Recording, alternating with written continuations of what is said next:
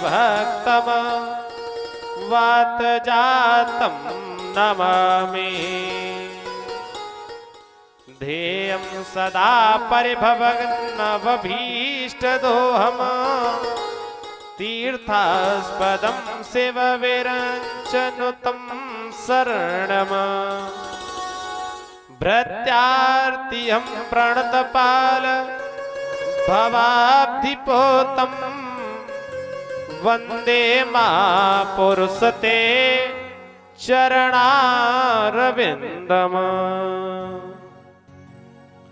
लेत सदा सुध दीन की सहज दया के धाम।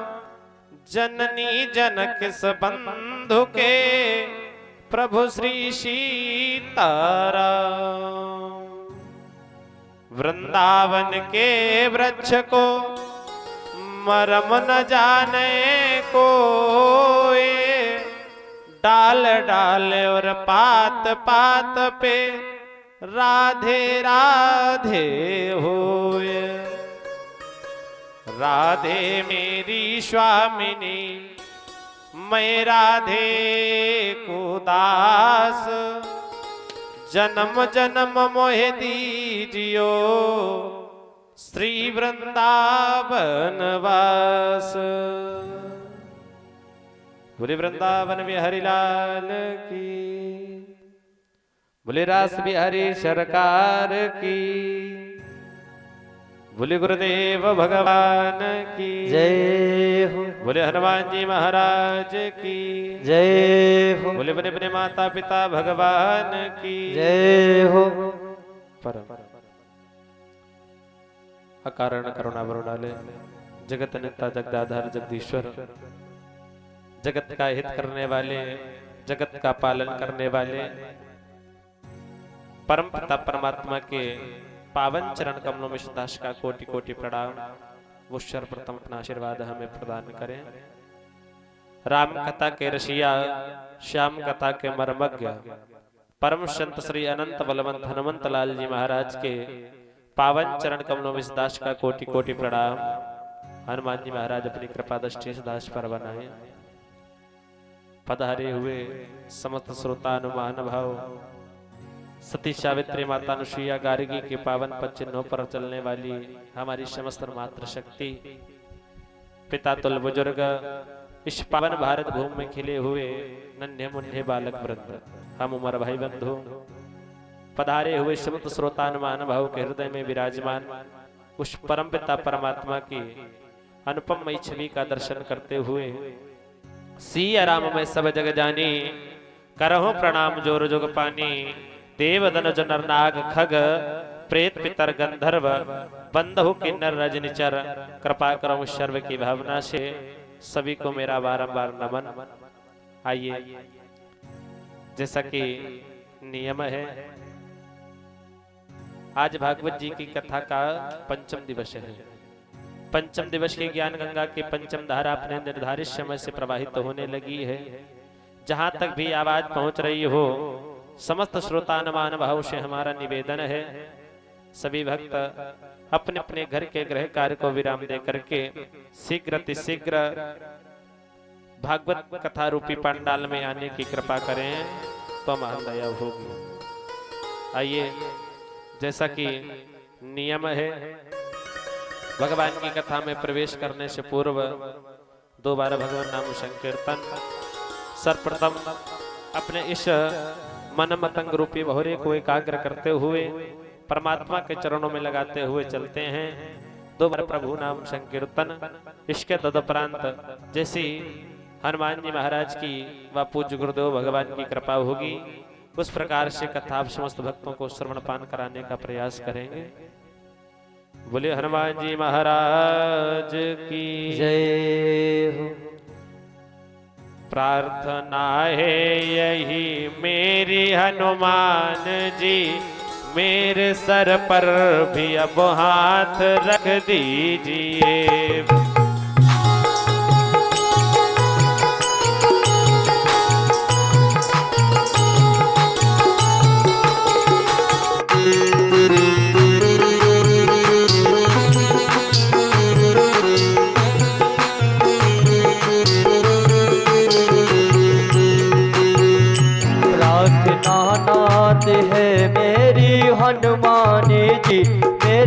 सर पर अपने हाथ रख दीजिए।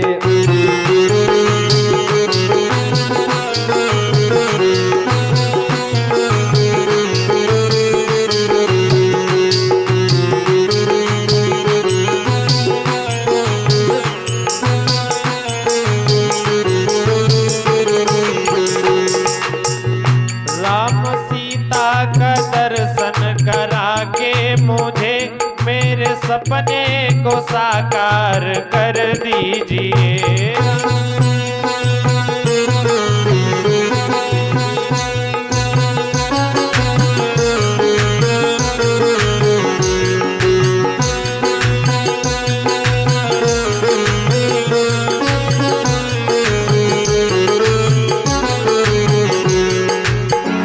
प्रार्थना है यही मेरी हनुमान जी, मेरे सर पर भी अब हाथ रख दीजिए।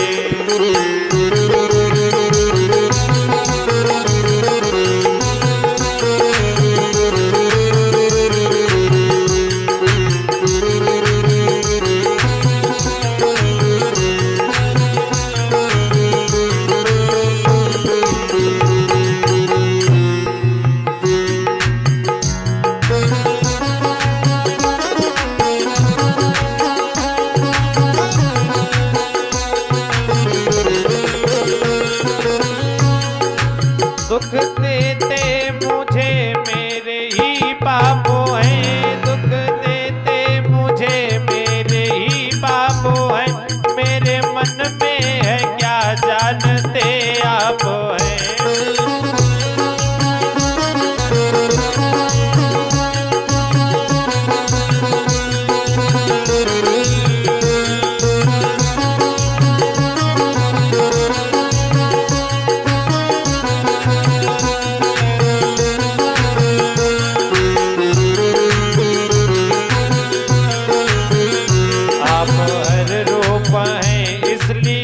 कर कृपा आप हर रूप हैं, इसलिए कर कृपा मेरे हर एक संकट को हर लीजिए।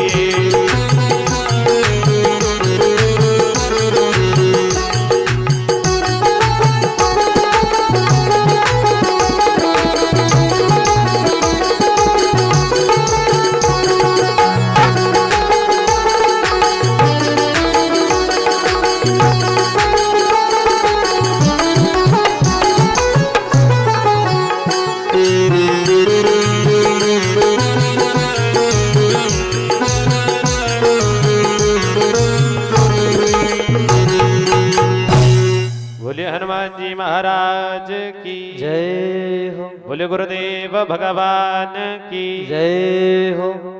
आइए चलते हैं परमात्मा की पावनी कथा की ओर। कल भगवान की बड़ी सुंदर सी कथा का हम सभी भक्त रसास्वादन कर रहे थे।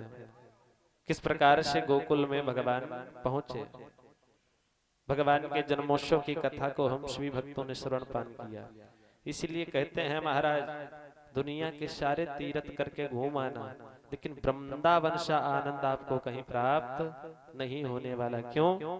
एक बार अयोध्या जाओ, दो बार द्वारिका, तीन बार जाके त्रिवेणी में नहाओगे, और चार बार चित्रकूट, 100 बार नासिक, बार बार जाके बद्रीनाथ घूम आओगे। कोटि बार काशी, केदारनाथ, रामेश्वर, गया जगन्नाथपुरी, चाहे जहां घूम आओगे। लेकिन होंगे प्रत्यक्ष दर्शन जहां श्याम श्यामा के, वृंदावन सा आनंद कहीं नहीं पाओगे। महाराज, दुनिया के सारे तीर्थ में घूम आना महाराज, लेकिन वृंदावन सा आनंद आपको कहीं प्राप्त नहीं होने वाला है। वही आनंद कल महाराज गोकुल में आया। कल सभी भक्तों ने परमात्मा के बड़े सुंदर से जन्मोत्सव में सम्मिलित होकर के बड़ी सुंदर सी परमात्मा के जन्मोत्सव की बधाइयों में सभी भक्त सम्मिलित हुए। महाराज जैसे ही नंद बाबा को पता चला कि हमारे यहाँ पर लल्ला ने जन्म लिया है, नंद बाबा ने इतना दान किया महाराज, इतना दान किया कि दान की कोई क्षमता नहीं की जा सकती। जो नंद बाबा पाते हैं वही दान कर देते हैं। महाराज गोप ग्वाल दान लेकर के आते हैं, रास्ते में मिलते हैं, एक दूसरे से पूछते हैं कि आपको दान में क्या मिला। वो कहते हैं हमें चांदी के बर्तन मिले। तो दूसरा कहता है कि 4 नंबर वाले गेट में सोने के बर्तन बट रहे हैं। उसने चांदी के बर्तन वहीं फेंक दिए, पहुंच गया सोने के बर्तन लेने के लिए। जैसे ही इसके बाद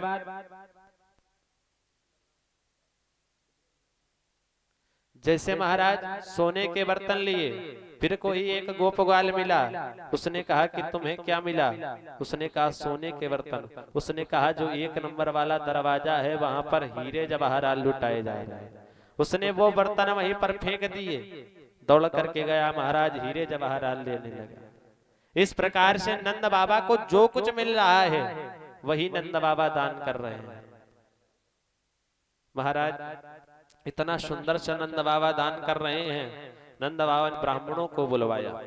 नंदस्त्वात्मजोत्पन्ने जातालादो महामना आहूय वे प्राण वेद ज्ञान स्नाता सुचिलंकृता।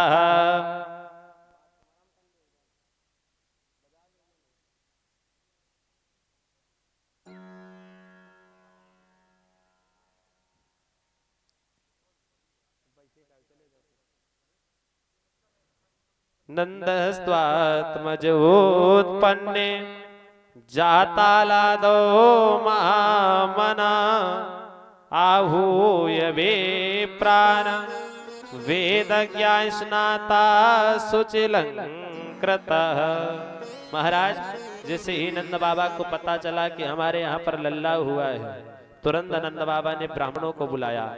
आहूय विप्राण, ब्राह्मणों को बुला करके महाराज जात कर्म संस्कार करवाए। ब्राह्मण आए नंद बाबा के यहाँ पर। ब्राह्मणों ने महाराज सुंदर सा चौक लगाया। चौक लगवाने के बाद स्वस्ति वाचन इत्यादि पाठ पढ़े। वाचित्वा स्वस्तयनम जात कर्मात्मजस्सवे। महाराज स्वस्ति वाचन का पाठ पढ़ा, भगवान का पूजन करवाया। इसके बाद जात कर्म संस्कार किए। पहला संस्कार करवाया जात कर्म संस्कार। जैसे ही महाराज ब्राह्मणों ने जात कर्म संस्कार करवाया, नंद बाबा ने दान देना प्रारंभ किया। कैसा? धेनु नाम नियुते प्रदाद विप्रेभ्यासमलंकृते तिलाद्रेन सप्त रत्नों सातकों भांबरा व्रताम। महाराज नंद बाबा ने धेनु नाम नियुते ब्राह्मणों को गायें दान की, गायों का दान किया, धन दान किया। और उसके बाद महाराज जो सबसे बड़ा दान होता कौन सा? सबसे बड़ा दान कौन सा होता है? सबसे बड़ा दान होता है अन्न का। महाराज तिल के अन्न के 7 पर्वत बनवाए, पहाड़ बनवाए। उसके ऊपर से महाराज सोने की परत लगवाई, सोने इत्यादि आभूषणों से उनको ढका, अलंकार से। वो महाराज 7 पर्वत दान किए नंद बाबा ब्राह्मणों को। नंद बाबा इतनी खुशी मना रहे हैं महाराज, अनेकानेक प्रकार की चीजें नंद बाबा दान कर रहे हैं। महाराज नंद बाबा इतने खुशी में मगन है, इतने खुशी में मगन है कि नंद बाबा को कुछ याद ही नहीं रहा। खुशी मना रहे हैं, धीरे धीरे महाराज नंद बाबा को याद आया कि जो वर्ष का कर होता है, एक वार्षिक कर होता है जो राजा को प्रजा देती है। नंद बाबा खुशी में लगे हुए हैं। नंद बाबा को याद आया कि वार्षिक कर हमने अभी तक कंस को प्रदान नहीं किया है।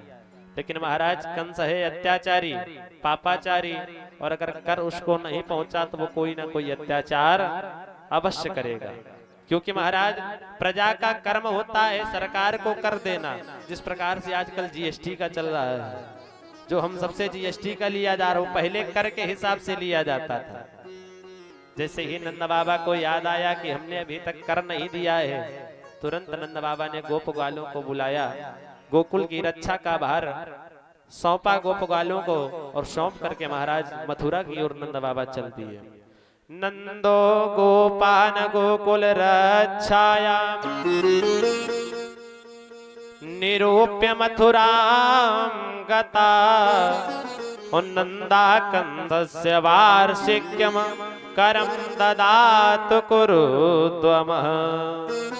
महाराज गोपन गोकुल रक्षायाम निरूप्य मथुराम गता, महाराज गोप ग्वालों को बुला करके मथुरा का महाराज गोकुल का भार सौंपा, कहा कि मैं जा रहा हूँ, इतनी अच्छी खुशी चल रही है, सभी लोग सुरक्षित हो करके गोकुल की रक्षा करना, मैं बहुत जल्द ही कंस को कर दे करके वापस आ जाऊंगा। महाराज नंद बाबा जैसे ही मथुरा नगरी में पहुंचे, नंद बाबा ने कंस को कर दिया। कर देने के बाद जब चले तो महाराज वसुदेव की नजर नंद बाबा के ऊपर पड़ी। जैसे ही वसुदेव जी ने नंद बाबा को देखा और नंद बाबा ने वसुदेव जी को देखा, महाराज एक दूसरे को देख करके एक खुश हो रहा है और एक दुखी हो रहा है। क्यों?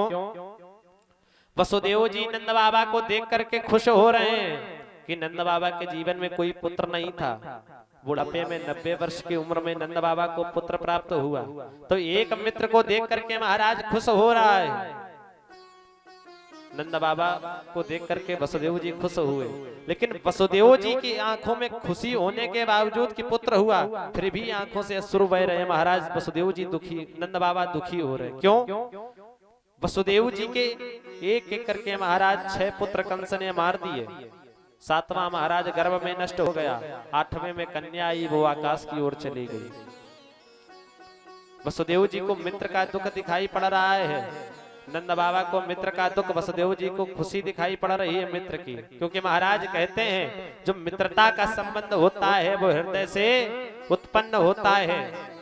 मित्र भी अगर बनाओ तो महाराज ऐसा मित्र बनाओ जो अगर तुम्हारे ऊपर छोटा सा भी कष्ट है तो महाराज उसे पहाड़ के समान समझे, और अगर अपने ऊपर पहाड़ के समान भी कष्ट है तो महाराज उसे एक मिट्टी के डेले के समान समझे।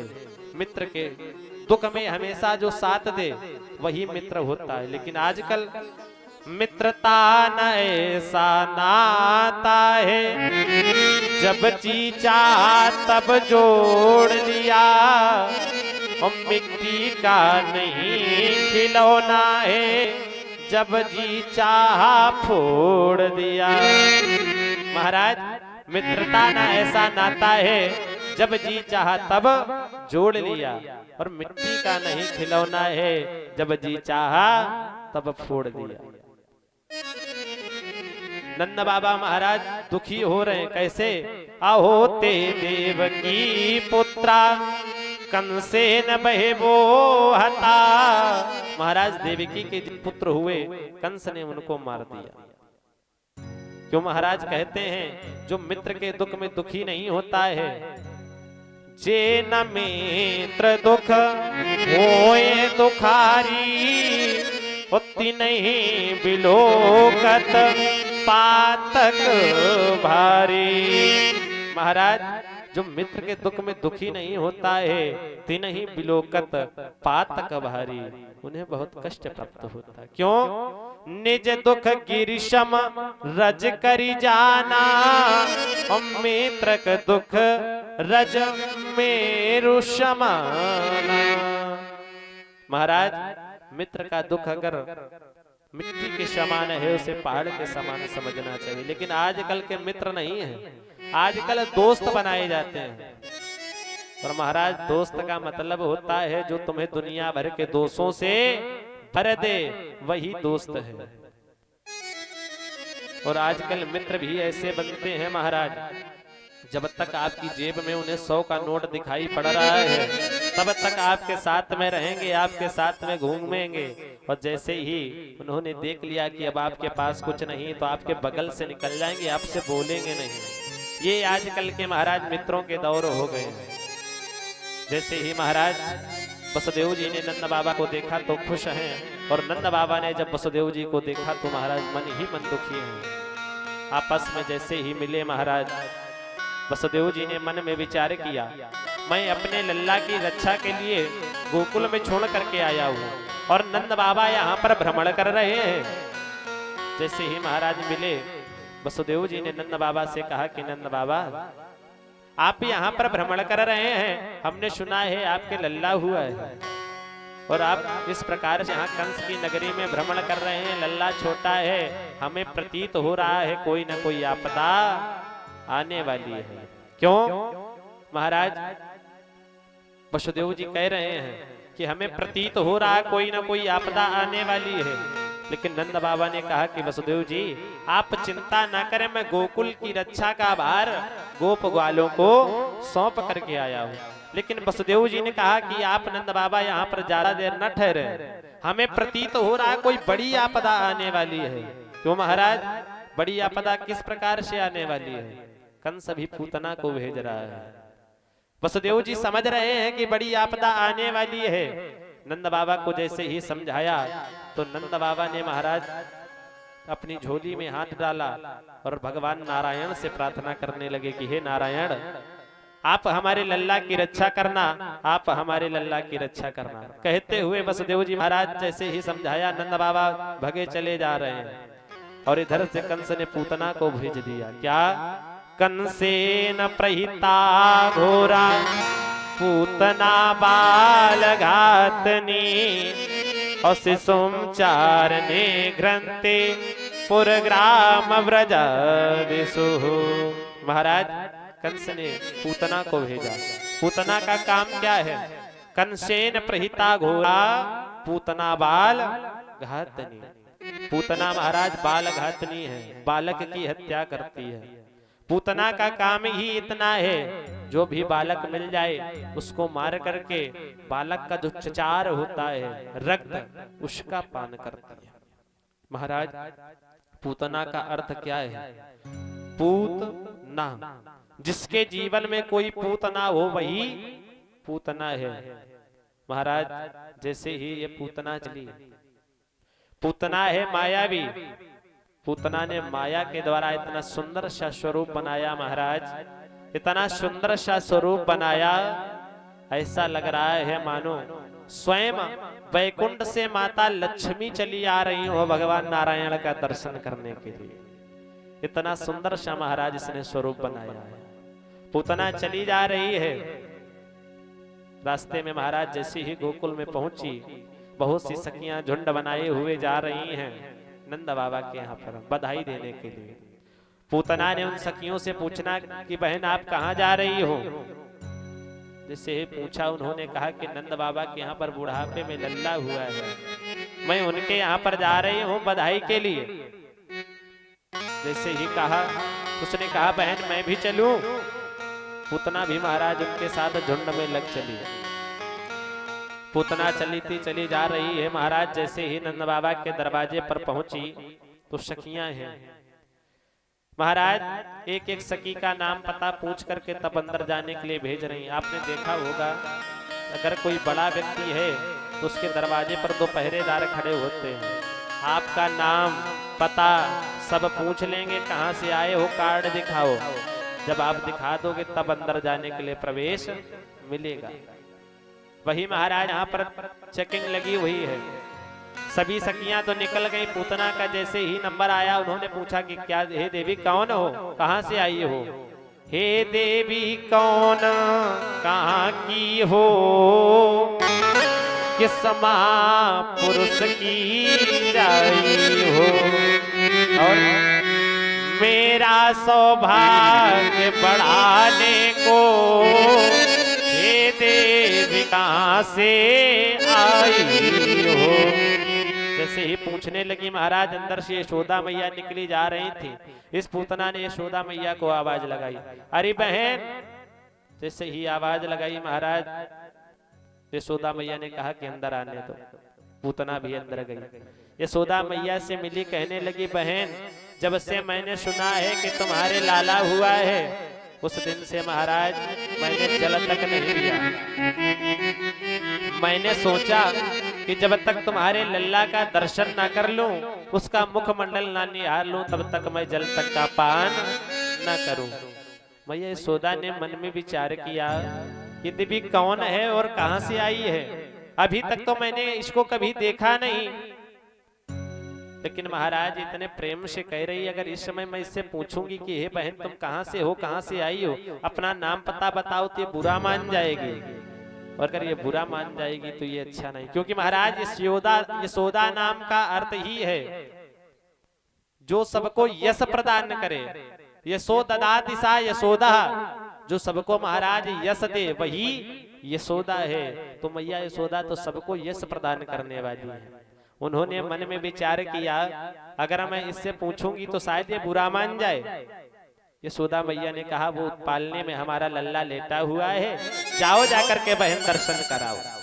इसे महाराज कहा कि पूतना बढ़ी आगे की ओर चलती चली जा रही है। जैसे ही ये पूतना भगवान के निकट पहुंचने ही वाली थी, उसी समय भगवान मन में विचार करने लगे कि मैं ब्रज में आया माखन मिश्री खाने के लिए, माखन मिश्री तो मिली नहीं, लेकिन हमारी मौसी जी चली आ रही है। तो महाराज भगवान ने नेत्र बंद कर दिए। जैसे ही भगवान ने नेत्र बंद किए, महाराज सुखदेव जी से परीक्षित जी ने कहा कि परीक्षित जी से कि महाराज यहाँ बड़े सुंदर सुंदर से मत मिलते हैं संतों के, क्या भगवान उस पूतना से डर गए जो भगवान ने डर करके नेत्र बंद कर लिए? सुखदेव जी कहते हैं कि राजन परीक्षित, भगवान डरे नहीं, भगवान ने डर करके नेत्र नहीं बंद किए। उसका भी कारण है महाराज, 3 कारण प्रमुख मिलते हैं मुख्य कि भगवान ने नेत्र क्यों बंद किए। पहला कारण महाराज मिलता है, भगवान मन में विचार कर रहे हैं, मैं आया तो इस ब्रजमंडल में महाराज माखन मिश्री खाने के लिए हूं, और सबसे पहले हमारी मौसी जी चली आ रही है हमें विष का पान कराने के लिए। तो विष का पान करना किसका कर्तव्य है? विष कौन पीता है? विष पीते हैं भगवान भोले बाबा। तो महाराज यहाँ पर भगवान ने नेत्र बंद करके भोले बाबा को याद किया, कहा कि आओ बाबा विष का पान आप करो, और जो सुंदर सा दुग्ध होगा दुग्ध का पान मैं करूंगा। पहला कारण महाराज मिलता है कि भगवान ने भोले बाबा को इसलिए याद किया, नेत्र बंद किए। दूसरा कारण बड़ा सुंदर सा महाराज मिलता है, भगवान ने नेत्र बंद क्यों किए? महाराज ये जो पूतना सुंदर सा स्वरूप बनाए हुई है महाराज, ये माया भी है। और भगवान कौन है? स्वयं पर ब्रह्म है, पूर्ण कलाओं से अवतरित हुआ है महाराज, वो पर ब्रह्म है। और जो माया है वो पर ब्रह्म की क्या है? पत्नी है महाराज। तो क्या महाराज उस मायापति के सामने ये माया टिकने वाली है? टिक पाएगी? नहीं टिक पाएगी। क्यों महाराज? ब्रह्म के सामने अगर अविद्या जाएगी तो अविद्या समाप्त हो जाएगी, ब्रह्म के सामने अविद्या टिकने वाली नहीं है। इसने माया के द्वारा इतना सुंदर सा स्वरूप बनाया, इतनी सुंदर सी है महाराज, और अगर परमात्मा की नजरें इस पूतना से मिल जाती तो इसका जो माया का स्वरूप है वो समाप्त हो जाता। क्योंकि महाराज जो मायापति है उसके सामने माया टिकने वाली नहीं है, इसलिए भगवान ने नेत्र बंद किए। और महाराज तीसरा कारण क्या मिलता है? भगवान मन में विचार कर रहे हैं कि जब जब मैं इस धराधाम पर अवतार लेकर के राक्षसों का वध करने के लिए आया, महाराज कोई ना कोई हमें मारने के लिए चला है। भगवान मन में विचार कर रहे हैं, जब मैं रामावतार लेकर के आया था तो सबसे पहले हमें किसका वध करना पड़ा? ताड़का का वध करना पड़ा। और जब मैं कृष्णावतार लेकर के आया तो सबसे पहले पूतना चली आई। महाराज अगर कोई आदमी होता तो मैं उससे लड़ता लाठी डंडे से, ये तो स्त्री है, इससे मैं कैसे लड़ूंगा? तो भगवान ने नेत्र बंद किए। महाराज भगवान ने जैसे ही नेत्र बंद किए, ये पूतना गई। पूतना ने महाराज एक झटके से भगवान को पकड़ लिया।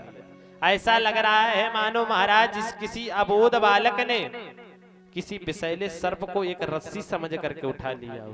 क्यों? भगवान है ब्रह्म, ये माया है महाराज, इसने झटके से ब्रह्म को उठाया। ऐसा लग रहा है जैसे किसी अबोध बालक ने विषैले सर्प को रस्सी समझ करके उठा लिया हो। इसने महाराज भगवान को उठाया, उठाकर किसने अपने स्तनों का पान करवाना प्रारंभ।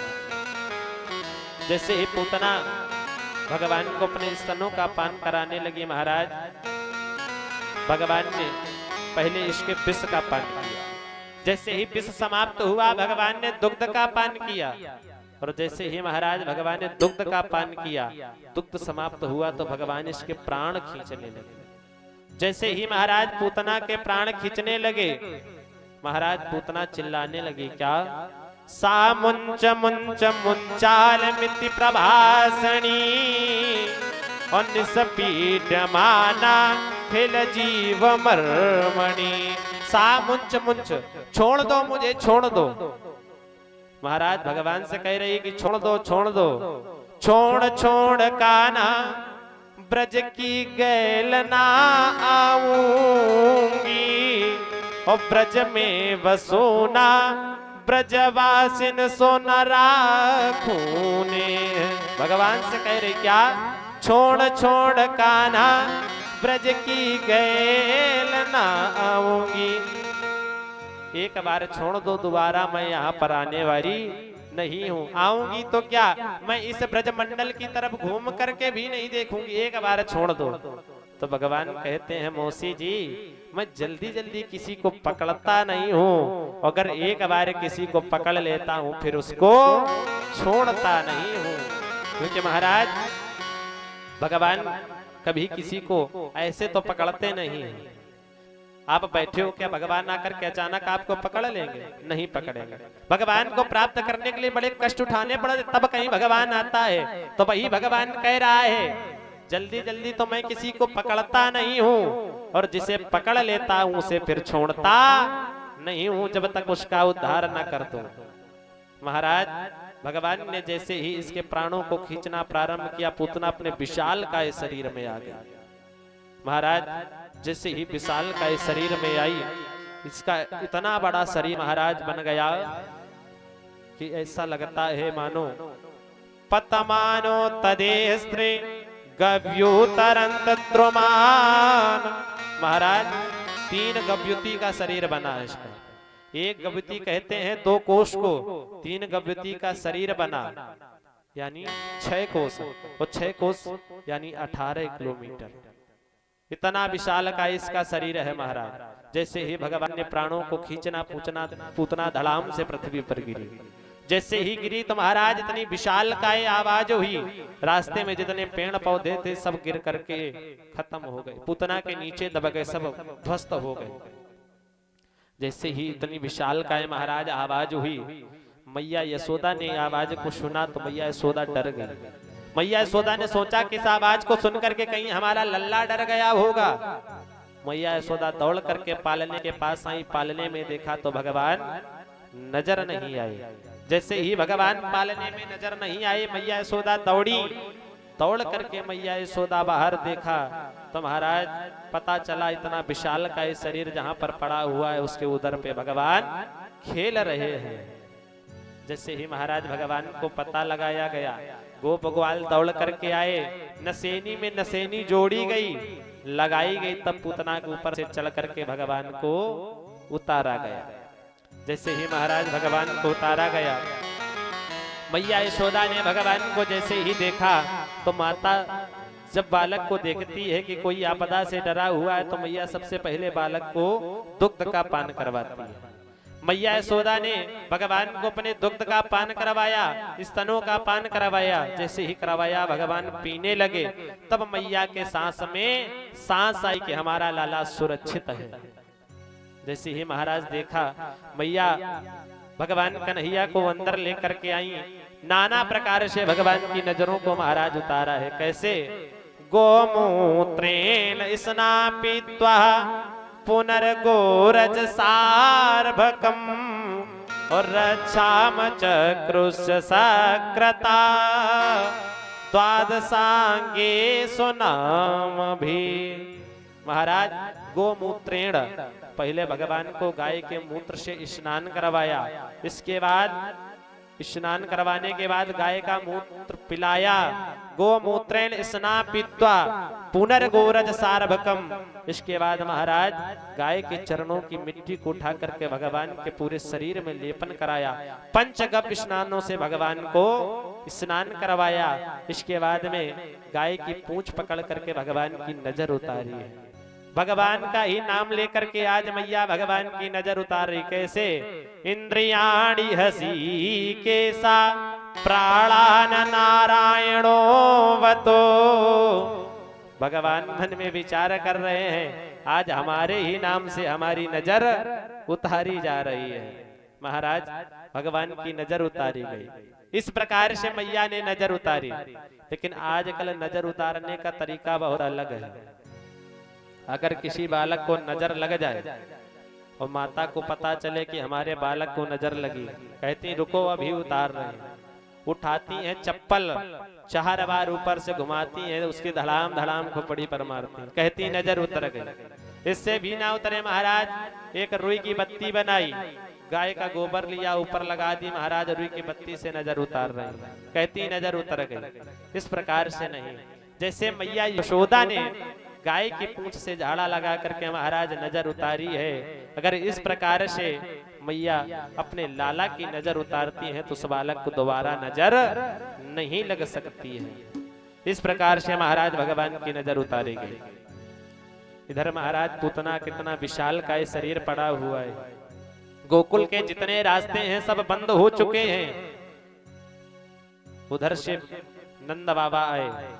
जैसे ही नंद बाबा ने देखा महाराज इतना विशाल का शरीर है, गोप ग्वालों से मिले। गोप ग्वालों ने बताया कि बाबा ये पूतना आई थी लाला को मारने के लिए और पता नहीं अचानक से ये स्वयं गिर गई, स्वयं मर गई। जैसे ही महाराज कहा तो नंद बाबा कहने लगे, हमें लगता है वसुदेव बड़ा पक्का वाला ज्योतिषी है। क्यों? वसुदेव ने हमसे कहा था कि बाबा आप जल्दी से गोकुल में जाओ, गोकुल में कोई बड़ी आपदा आने वाली है। वही आपदा पूतना बन करके आ गई महाराज। जैसे ही कहा तुरंत भगवान ने, महाराज नंद बाबा ने गोप ग्वालों से कहा कि जाओ सभी लोग अपने अपने घर से कुल्हाड़ी हंसिया सब लेकर के आओ।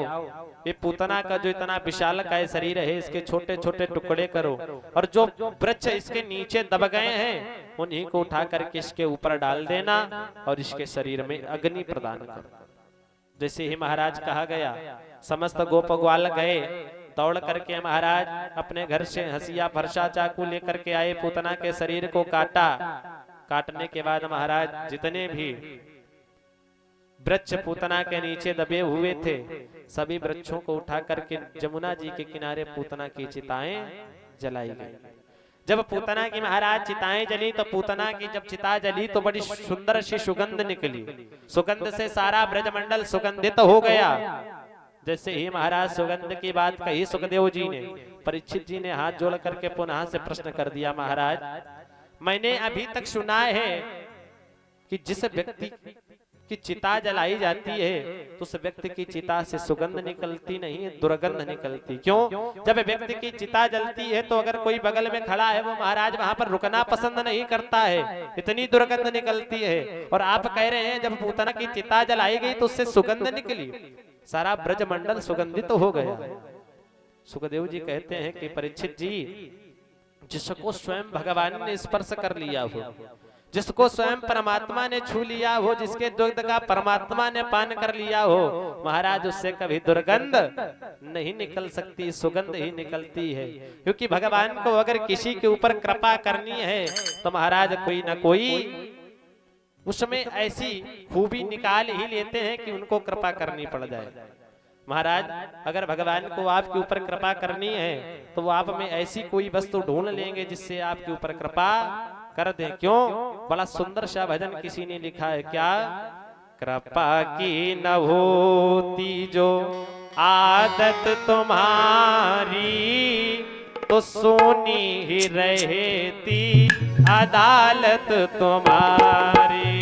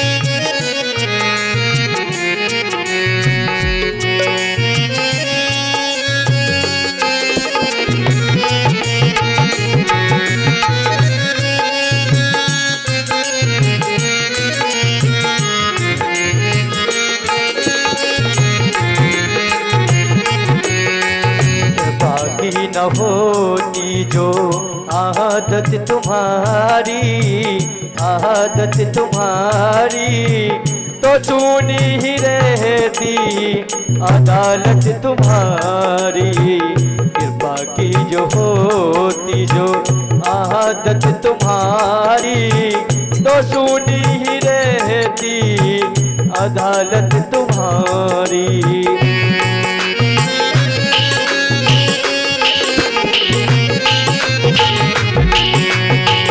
जो दीने दुखी के जगह तुम न दोए थे,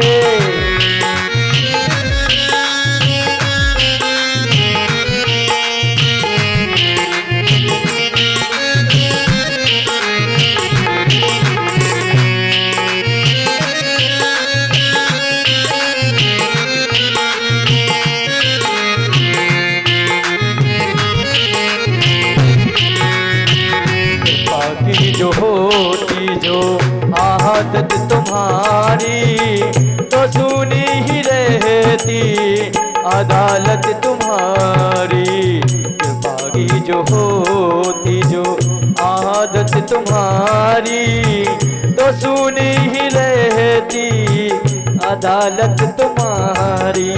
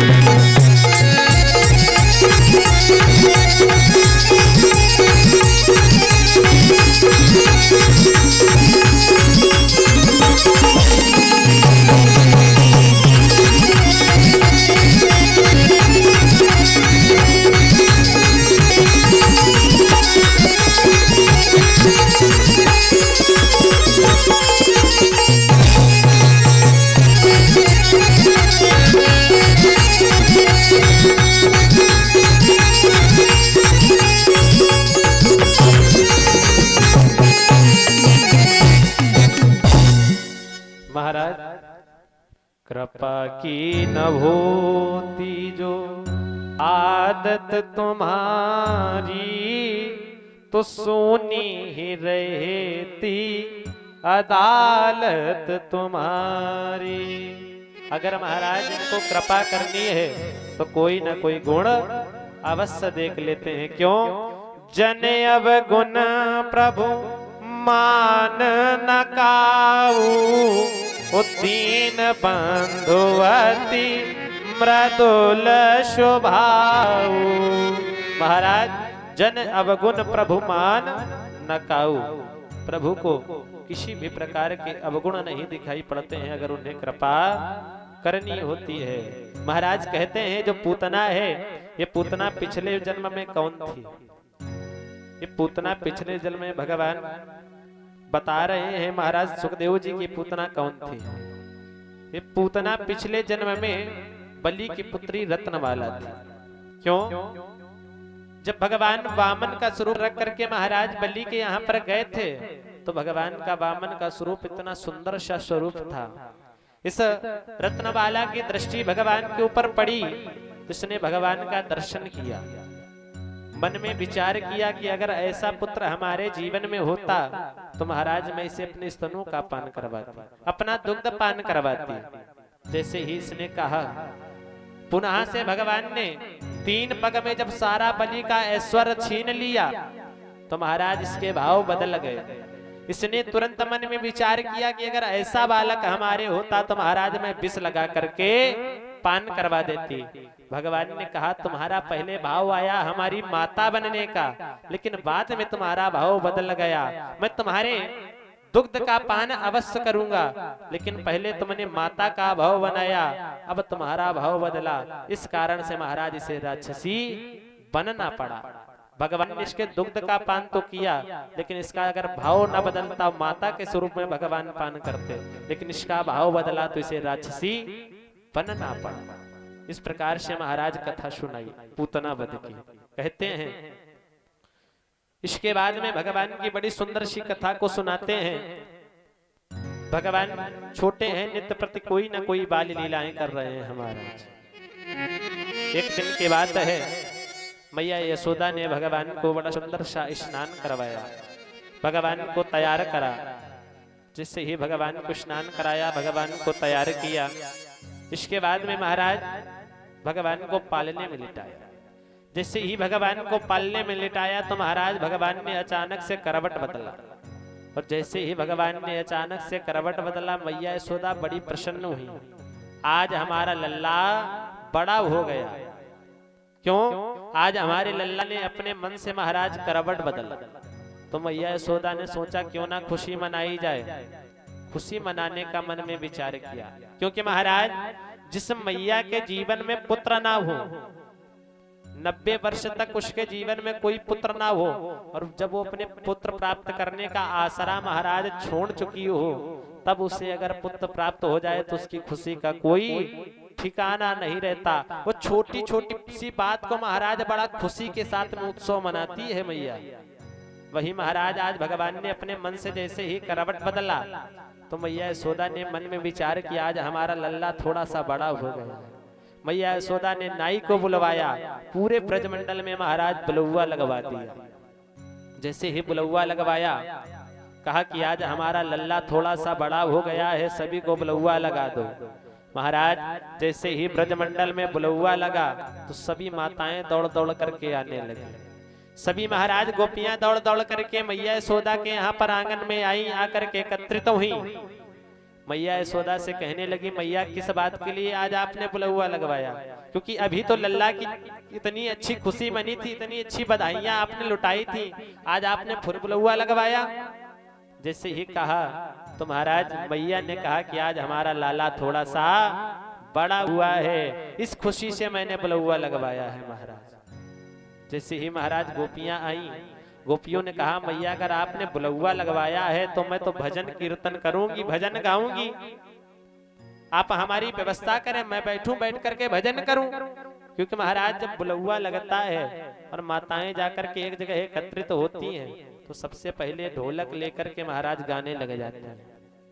और दुनिया में महाराज कहीं पर भी जाकर के बुराई ना करें, चुगली ना करें, लेकिन बुलौआ में अगर 4 इकट्ठे बैठ गए तो महाराज पूरे गांव की बात, पूरे समाज की बात वहीं पर हो जाती है। माताओं का स्वभाव है। अगर ये कहीं से महाराज चली आ रही हो, बगल की सीट में अगर इनके महाराज जान न पहचान की कोई भी माता आकर के बैठ गई, जब तक उतरेंगे नहीं उसकी जन्म कुंडली, उसके लड़कों की जन्म कुंडली, उसके बहू की जन्म कुंडली महाराज सारे खानदान का पता लगा लेंगे। और हमारे भाई लोग महाराज यहाँ से बैठ करके पुनः प्रयागराज तक चले जाएंगे और कहो आपस में बात ना करें कि तुम कहाँ से आए। ये माताओं का स्वभाव है। महाराज जैसे ही गोपियां आई उन्होंने कहा मैया मैं तो भजन करूंगी। मैया ने कहा कि अभी हमारा लल्ला सो रहा है, आप लोग भजन गाएंगी तो वो जग जाएगा। जैसे ही कहा कि वो जग जाएगा तो मैया ने कहा कि एक काम करो, मैं अभी तुम्हारी व्यवस्था करती हूँ। जैसे ही महाराज कहा तो मैया ने लाला का पलना उठाया और बाहर एक छकड़ा खड़ा हुआ है, यानी बैलगाड़ी। बाहर एक छकड़ा खड़ा है, उसमें जाकर के लल्ला का पालना टांग दिया और ऊपर से महाराज जितने मटकी मटका थे सब उठा करके उस बैलगाड़ी के ऊपर रख दिए। जैसे ही बैलगाड़ी के ऊपर रखे और महाराज बिछाने की अच्छी उत्तम व्यवस्था की, कहा कि अब बैठ करके तुम लोग गाने गाओ। महाराज सखियां बैठ गईं। गोपियां ने जैसे ही भजन कीर्तन करने प्रारंभ किए, महाराज शोर होने लगा। धीरे धीरे महाराज इन्होंने भजन गाए। समय थोड़ा हुआ, भगवान की नींद खुली। जैसे ही भगवान की नींद खुली भगवान रोने लगे। भगवान रो रहे हैं लेकिन भगवान की रोने की आवाज किसी को सुनाई नहीं पड़ रही। क्यों? अंदर तो भजन गाए जा रहे हैं तो भगवान के रोने की आवाज नहीं सुनाई पड़ रही है। भगवान मन में विचार कर रहे हैं, अंदर उत्सव मनाया जा रहा है और जिसके लिए उत्सव मनाया जा रहा है उसको उठा करके बाहर कर दिया गया। यही महाराज हम और आप करते हैं। घर के सामने बड़े सुंदर सुंदर से कमरे घर के आगे बनवा लेते हैं, बैठने की उत्तम व्यवस्था करते हैं, और भगवान का जो मंदिर होता है घर के सबसे पीछे बनवा देते हैं। वहां पर भगवान की पूजा लवारी कर देते हैं। महाराज, जिसके हिसाब से हम और आप चल रहे हैं, जिसके द्वारा हम चल रहे हैं, उसको उठा करके सबसे पीछे, जिसके द्वारा हमें सब कुछ मिला, और अपने लिए आगे महाराज सुंदर सा एक बेडरूम, गेस्ट रूम सब कुछ बना करके तैयार कर लेते हैं। तो भगवान ने मन में विचार किया ऐसे नहीं चलेगा। उसी समय महाराज एक सकटासुर का नामक राक्षस आकर के उस छकड़े के ऊपर जैसे ही बैठा, तो भगवान ने मन में विचार किया इसका भी वध करना है, इसका भी उद्धार करना है, तो कुछ ना कुछ करना चाहिए। उसी समय भगवान ने एक लात महाराज उस छकड़े में मारी। जैसे ही उस बैलगाड़ी में एक लात मारी, वो आकाश में उड़ती हुई गई और धड़ाम से पृथ्वी पर आकर के गिरी। जैसे ही गिरी महाराज, शोर हुआ। मैया यशोदा फिर दौड़ करके आई। मैया यशोदा ने देखा कि ये बैलगाड़ी कैसे गिरी। मन में विचार कर रही हैं, ना तो कोई तूफान आया, ना तो कोई भूकंप आया, न तो कोई आंधी आई, लेकिन ये बैलगाड़ी कैसे टूट करके गिर गई। वहीं पर महाराज बच्चे खेल रहे थे छोटे छोटे, वो दौड़ करके मैया यशोदा के पास में आए। मैया यशोदा से कहा कि मैया, मैंने देखा है कि तुम्हारा लाला काफी देर से रो रहा था, तुम लोगों ने उसके रोने की आवाज नहीं सुनी।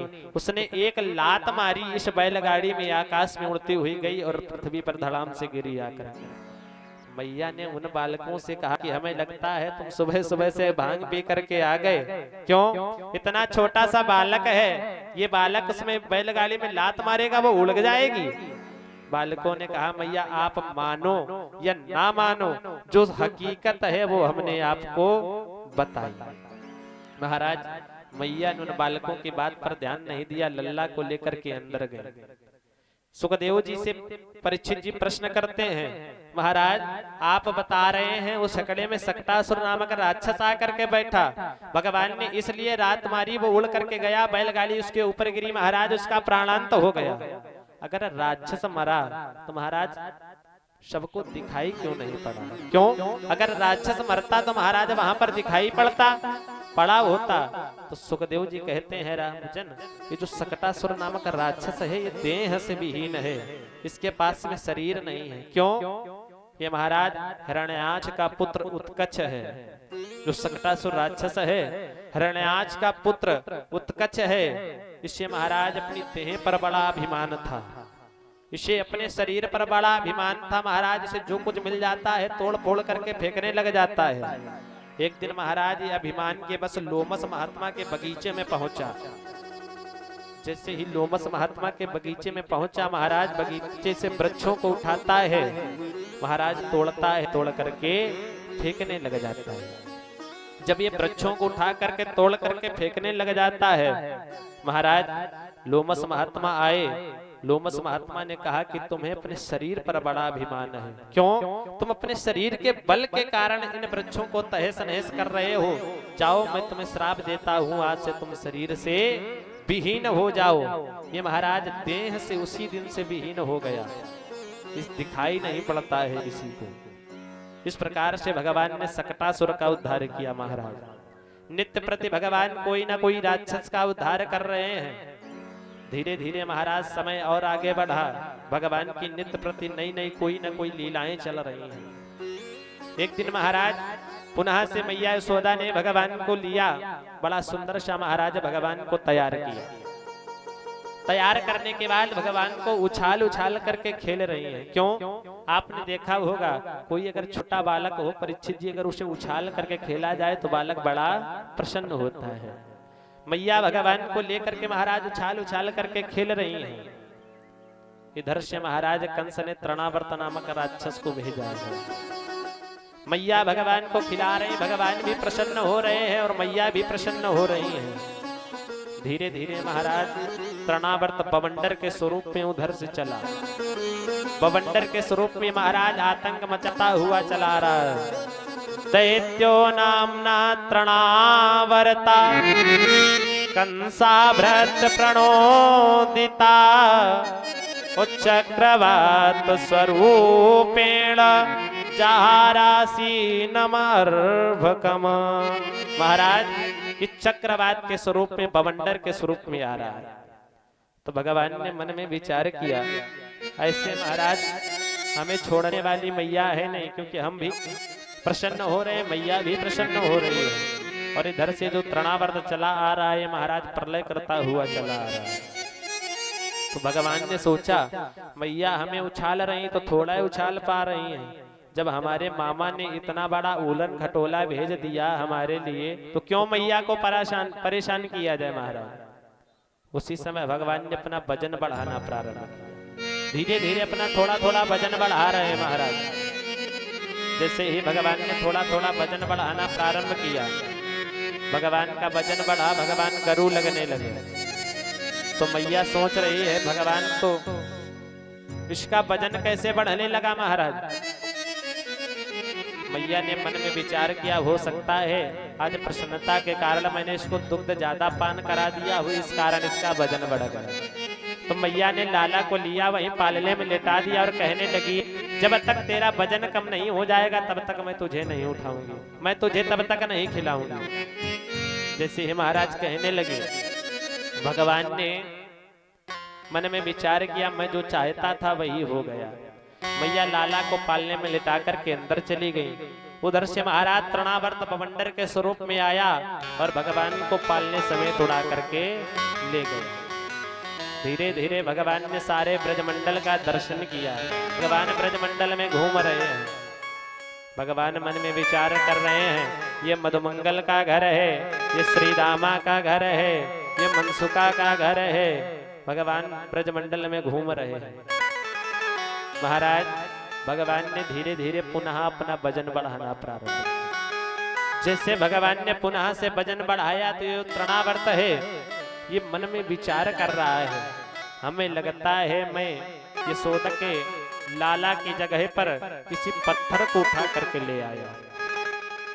जैसे ही इसने सोचा कि मैं लाला की जगह पर किसी पत्थर को उठा करके ले आया हूं, उसी समय भगवान ने कहा कि लोग पत्थर में जाकर के मुझको देख लेते हैं, लोग पत्थर में भगवान को देख करके पूजा कर लेते हैं, और जो तृणावर्त है स्वयं साक्षात ब्रह्म को लेकर के आया है और ब्रह्म में पत्थर सोच रहा है, तो क्यों ना इसका महाराज पत्थर के द्वारा ही प्राणांत किया जाए।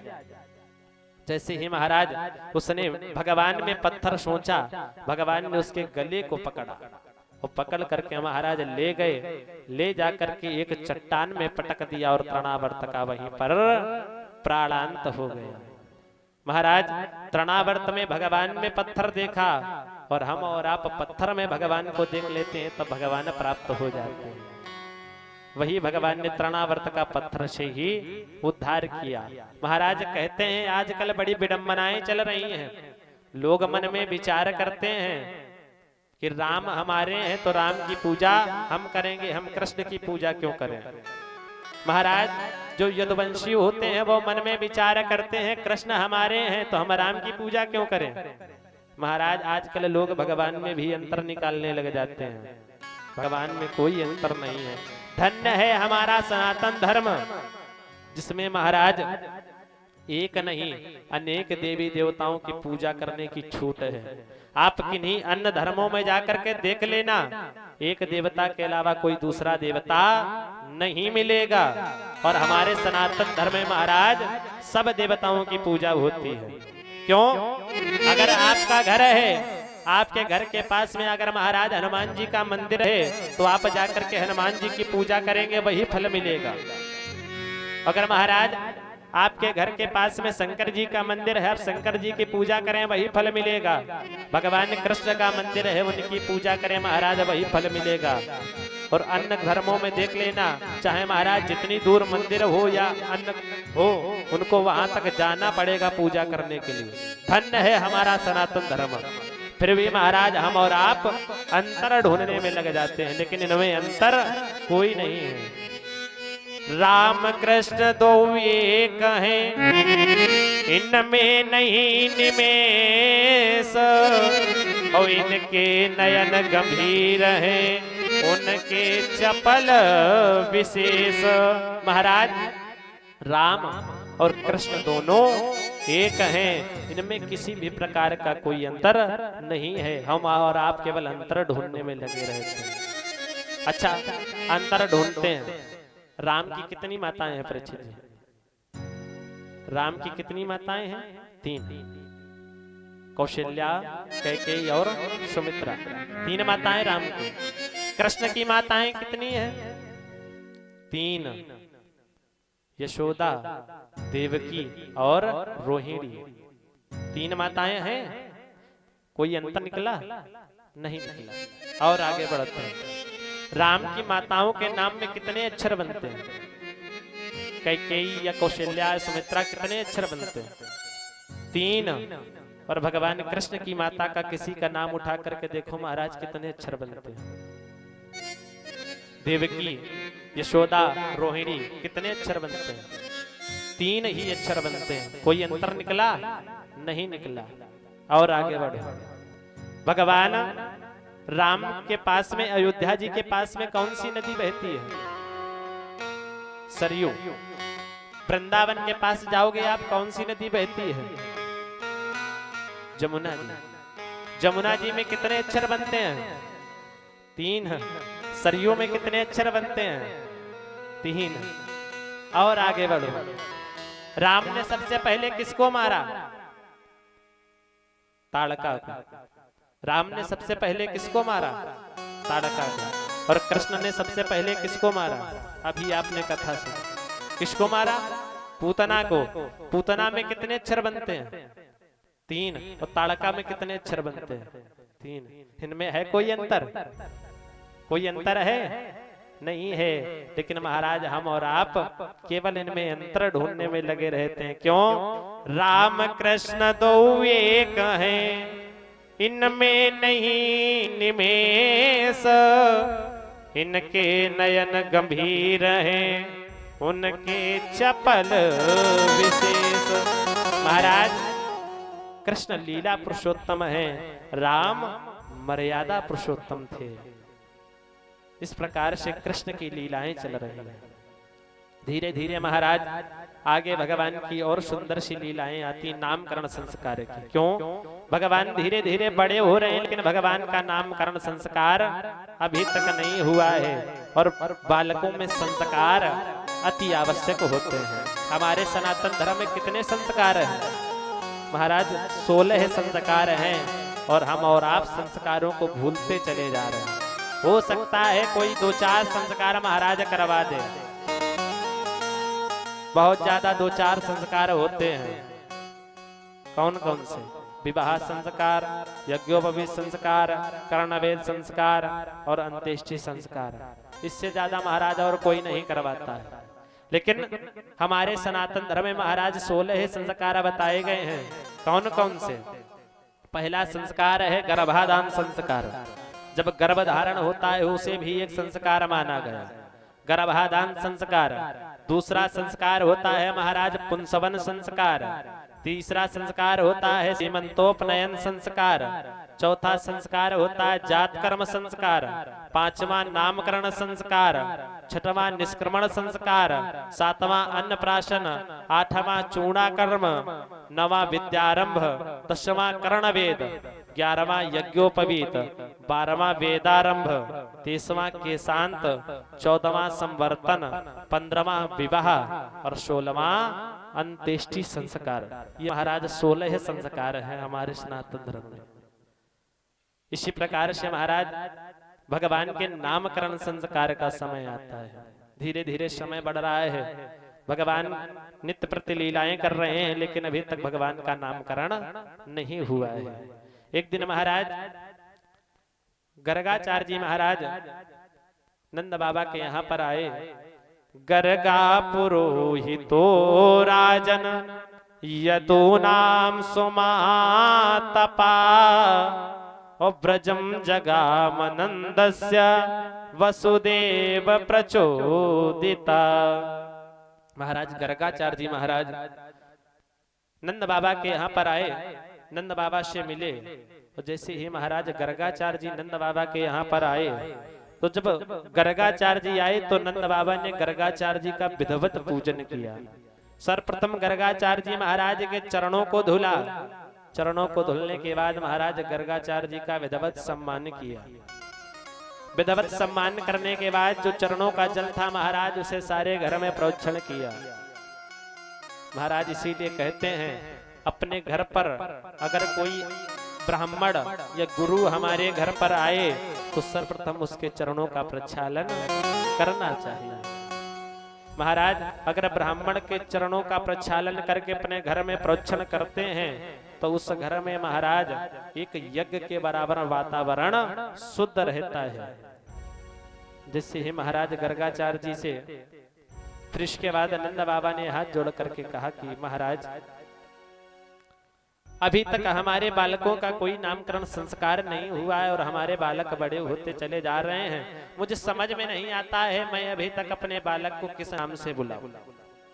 जैसे ही महाराज गर्गाचार्य जी से कहा तो गर्गाचार्य जी कहने लगे कि अभी तक तुमने अपने बालकों का नामकरण संस्कार नहीं करवाया। उन्होंने कहा महाराज अभी तक नित्य प्रति कोई ना कोई आपदा हमारे यहाँ पर आती रहती थी तो मैं अपने बालकों का नामकरण संस्कार नहीं करवा पाया। अब जब आप हमारे घर में पधारे हैं तो आप ही हमारे बालकों का नामकरण संस्कार करें। जैसे ही कहा तो गर्गाचार्य जी ने कहा मैं हूँ यादवों का कुल पुरोहित, कंस के यहाँ पर महाराज मथुरा का, और मैं यहाँ पर अगर तुम्हारे बालकों का नामकरण संस्कार करूंगा अगर कंस को पता चल गया महाराज वो है उपद्रवी, कोई ना कोई उपद्रव मचाने लग जाएगा। जैसे ही कहा नंद बाबा ने कहा कि महाराज आप एक काम कर सकते हैं हमारे गौशाला में चल करके आप हमारे बालकों का नामकरण संस्कार करें, क्योंकि महाराज कुछ काम होते हैं जो चुपचाप भी कर लिए जाते हैं। ऐसा तो है नहीं कि हर काम में ढिंडोरा पिटवाया जाए। तो आप हमारे गौशाला में चल करके ही आप हमारे बालकों का नामकरण संस्कार कर दें। जब वहां पर चल करके आप हमारे बालकों का नामकरण संस्कार करेंगे तो महाराज किसी को पता नहीं चलेगा और कंस भी नहीं जान पाएगा। जैसे ही महाराज गर्गाचार्य जी से कहा, गर्गाचार्य जी तैयार हो। गर्गाचार्य जी गौशाला में पहुंचे। महाराज गौशाला की भूमि का सुंदर सा लेपन करवाया गया, भूमि शुद्ध करवाई गई। गर्गाचार्य जी ने चौक लगाया, कलश रखा। महाराज कलश रखने के बाद विधिवत पूजन करवाया। इधर नंद बाबा ने महाराज मैया यशोदा से कहा कि गर्गाचार्य जी आए हैं, चल करके अपने बालकों का नामकरण संस्कार करवा लो चल के। जैसे ही कहा तो महाराज माताओं में एक विशेषता होती है, कोई भी ब्राह्मण अगर आए तो माताएं मन में विचार करती हैं पता नहीं इस ब्राह्मण में कौन सा गुण हो, इससे मैं अपने बालकों का नामकरण संस्कार करवाऊं, ये कुछ जानता हो या ना जानता हो। वही महाराज मैया यशोदा ने मन में विचार किया, ये गर्गाचार्य जी महाराज हैं, पता नहीं कुछ जानते हो या ना जानते हो, तो क्यों ना इनकी परीक्षा ले लेनी चाहिए। जैसे ही कहा क्यों ना इनकी परीक्षा ले लेनी चाहिए, महाराज माताओं ने अपने बालकों को आपस में बदल दिया। जो मैया रोहिणी का पुत्र है वो मैया यशोदा ने ले लिया, और जो मैया यशोदा का पुत्र है मैया रोहिणी ने ले लिया। लेकर के पहुंची गौशाला में आई। महाराज गौशाला में पहुंचने के बाद में गर्गाचार्य जी ने विधिवत पूजन करवाया। पूजन करवाने के बाद में गर्गाचार्य जी नाम रखने लगे, क्या अयम ही रोहिणी पुत्रो रमयन सुहदो गुणे। हे यशोदा जी, जो आपकी गोदी में बालक है ये तुम्हारा बालक नहीं है। क्यों? अयम ही रोहिणी पुत्रो, ये जो तुम बालक लिए हुए हो ये रोहिणी का पुत्र है। जैसे ही कहा तो मैया यशोदा समझ गई ये पंडित जी बहुत जानकार हैं, बहुत जानते हैं। जैसे ही कहा तो महाराज गर्गाचार्य जी ने नाम रखना प्रारंभ कहा। ये जो रोहिणी का बालक है इसका नाम होगा आख्यास्त तेराम इति बलाधिक्यात् बलम विदु यदु नाम पृथग् भागवत संकर्षण मोसंत्युत आसाख्याते राम इति। महाराज ये जो रोहिणी का बालक है इसका नाम होगा राम। जैसे ही कहा राम तो मैया यशोदा ने कहा केवल राम, तो गर्गाचार्य जी ने कहा नहीं, इसके पास में बल अधिक होगा तो इसका नाम होगा बलराम। जैसे ही बलराम नाम रखा, बोले बलराम भगवान की जय कहा। हो। इसके बाद कहा इसका एक नाम और होगा, क्या? संकर्षण। क्यों? कि देवकी के गर्भ से कर्षण कर करके महाराज रोहिणी के गर्भ में स्थापित किया गया था, इसलिए इसका एक नाम होगा संकर्षण। और इसके हथियार होंगे क्या? हल और मूसल। भगवान बलराम जी के हथियार हैं हल और मूसल। इसके बाद महाराज मैया यशोदा के बालक का नाम रखना प्रारंभ किया।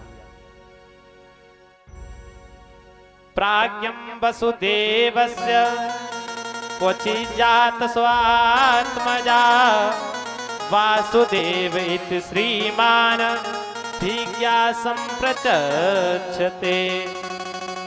भगवान ने जैसे ही गर्गाचार्य जी की ओर देखा, गर्गाचार्य जी ने भगवान की ओर देखा, महाराज एक दूसरे को एक टक देखते रहे।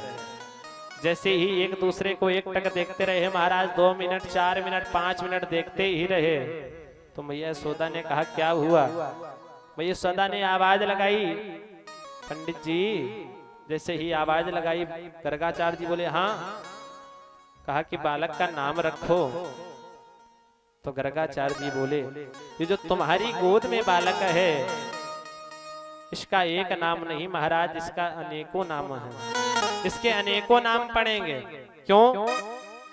बहुनि संत नामानि रूपाणि चासुतस्ते और गुण कर्मान रूपाणि तान्यहम वेदनो जना। महाराज जिस प्रकार से तुम्हारा बालक काम करेगा उसी प्रकार से इसके नाम बढ़ते चले जाएंगे। मैया ने कहा फिर भी नाम रख दो। तो गर्गाचार्य जी ने कहा कि जो तुम्हारे पास में बालक है इसका नाम होगा कृष्ण। जैसे ही कहा कि इसका नाम होगा कृष्ण महाराज, और इसका एक नाम और होगा। क्या नाम होगा?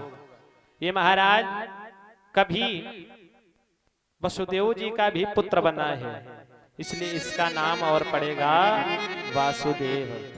इस प्रकार से भगवान का नाम रखा महाराज। भगवान का नाम कृष्ण रखा। जैसे ही कृष्ण रखा तो मैया है 90 साल की मैया महाराज, जैसे ही नाम लेती हैं कृष्ण तो आधी हवा बाहर निकल जाती है, कृष्ण नहीं ले पाती। तो मैया ने एक एक नाम और रख लिए। किशन मैया ने भगवान का नाम रखा। कन्हैया मैया महाराज भगवान को कन्हैया बुलाने लगे। इस प्रकार से गर्गाचार्य जी ने बालकों का नाम रखा। नाम रखने के बाद में नंद बाबा ने गर्गाचार्य जी को महाराज भोजन की सामग्री प्रदान की। गर्गाचार्य जी को जैसे ही भोजन की सामग्री मिली, बोलिए भक्तवत्सल भगवान की जय।